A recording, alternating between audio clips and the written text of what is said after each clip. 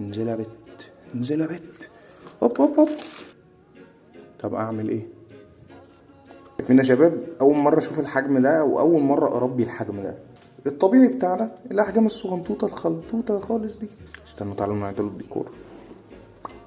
بس انا كده مبسوط. اول حاجه انا عارف الدنيا مزنقه بس يعجبني ان انتوا تتفرجوا بشكل جميل. اول حاجه معانا نجيبوا بيتموس او كوكو بيت، بس انا للاسف الكوكو بيت خالص. هي اصلا البيئه بتاعتها بتكون في رمل او في رمل بيكون رطب وجيد التهويه، فاحنا هنرش رشه رمل يعني جزئين بيتموس على جزء واحد من الرمل، ونبتدي ان احنا نخلط. البيتموس ده على فكرة انا بغليه لان هو البيتموس ما بيكونش معقم قوي. هو بيتموس نضيف وكل حاجة بس ساعات بيكون شايل معاه مايتس. انا شايف ان هو عايز شوية بيتموس تاني او هو كده كفاية يعني. احنا بس اللي طالبينه شوية رطوبة حبة زي كده وخلاص. على كده اكتب شعر يا شباب. شباب صحيح كل سنة وانتم طيبين يعني كل سنة وانتم طيبين بجد والله. وحبايبي جدا كل الناس اللي بتدعمني مع ان الدنيا واقعة شوية، بس يعني انا بشكر كل الناس يعني اللي بتدعمني. كده شايف ان الدنيا مناسبة جدا. تعالوا بقى نشيله ده.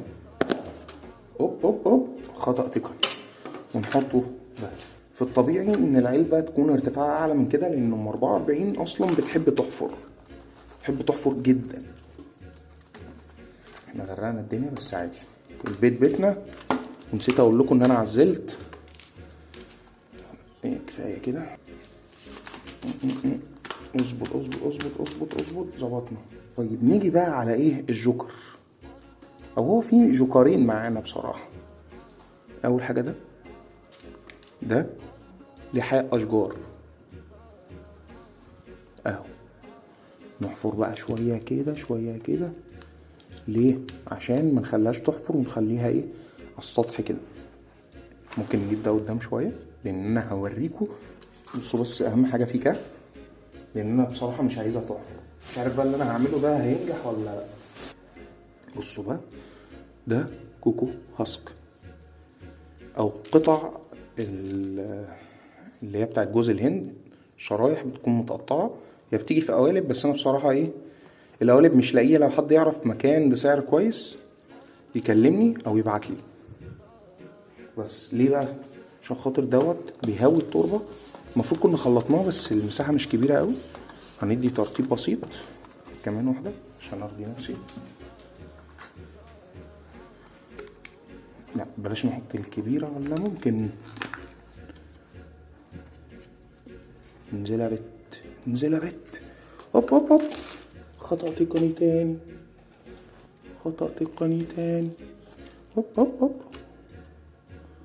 يا بت الكلب. عضتها مؤلمة جدا يا جدعان. طب اعمل ايه؟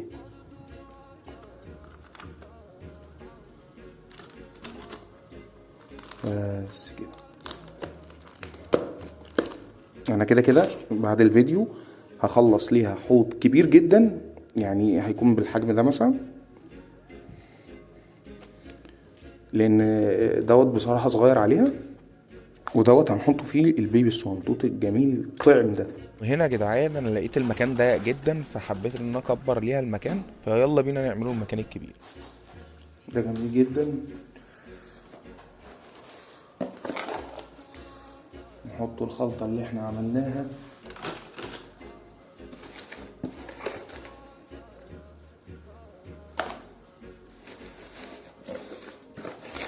هي الخلطة تقريبا خلصت يا عم ان شاء الله. مع الحد حوش بس كفايه قوي كده. هو عايز تاني بصراحه بس انا خلاص بقى مش هخلط تاني. ونيجي نسمي الله ونعمل لهم شويه ديكورات. هنقطع حته بس من الخشبه نحطه كده ونحفر هنا شويه ونقوموا ايه جايين كابسين الدنيا هنا هوت شويه ونحط هنا شويه وكده. بقى الموضوع احتراف يا جدعان. انا ولا بلاد بره؟ بصراحة.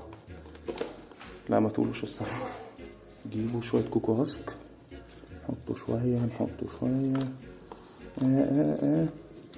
انا بصراحة برازي نفسي بالكوكو هاسك مع ام 44 بالذات، لان ام 44 بنت لذينة هتبهدلني حرفيا، هتبهدلني.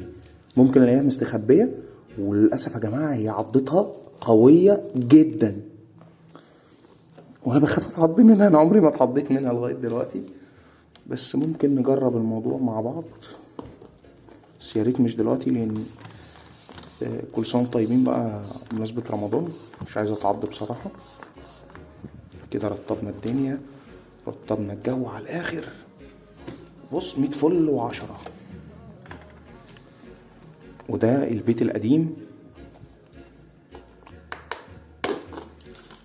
انزلي بسلام وبعقل واحترمي نفسك، وحياة امك ما تزاوليني. بس اقفل.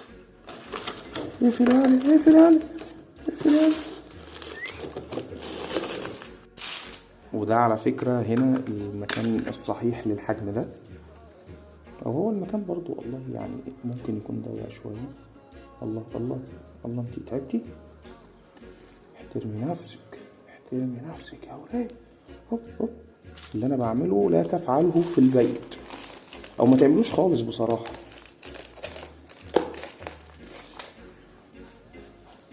بقول لكم ايه، انا نسيت احط لهم ملح. معانا شويه ميل ورم بتوع السيد،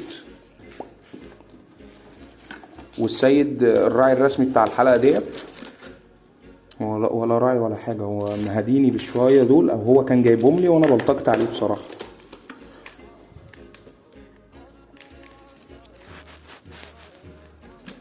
اديها دود.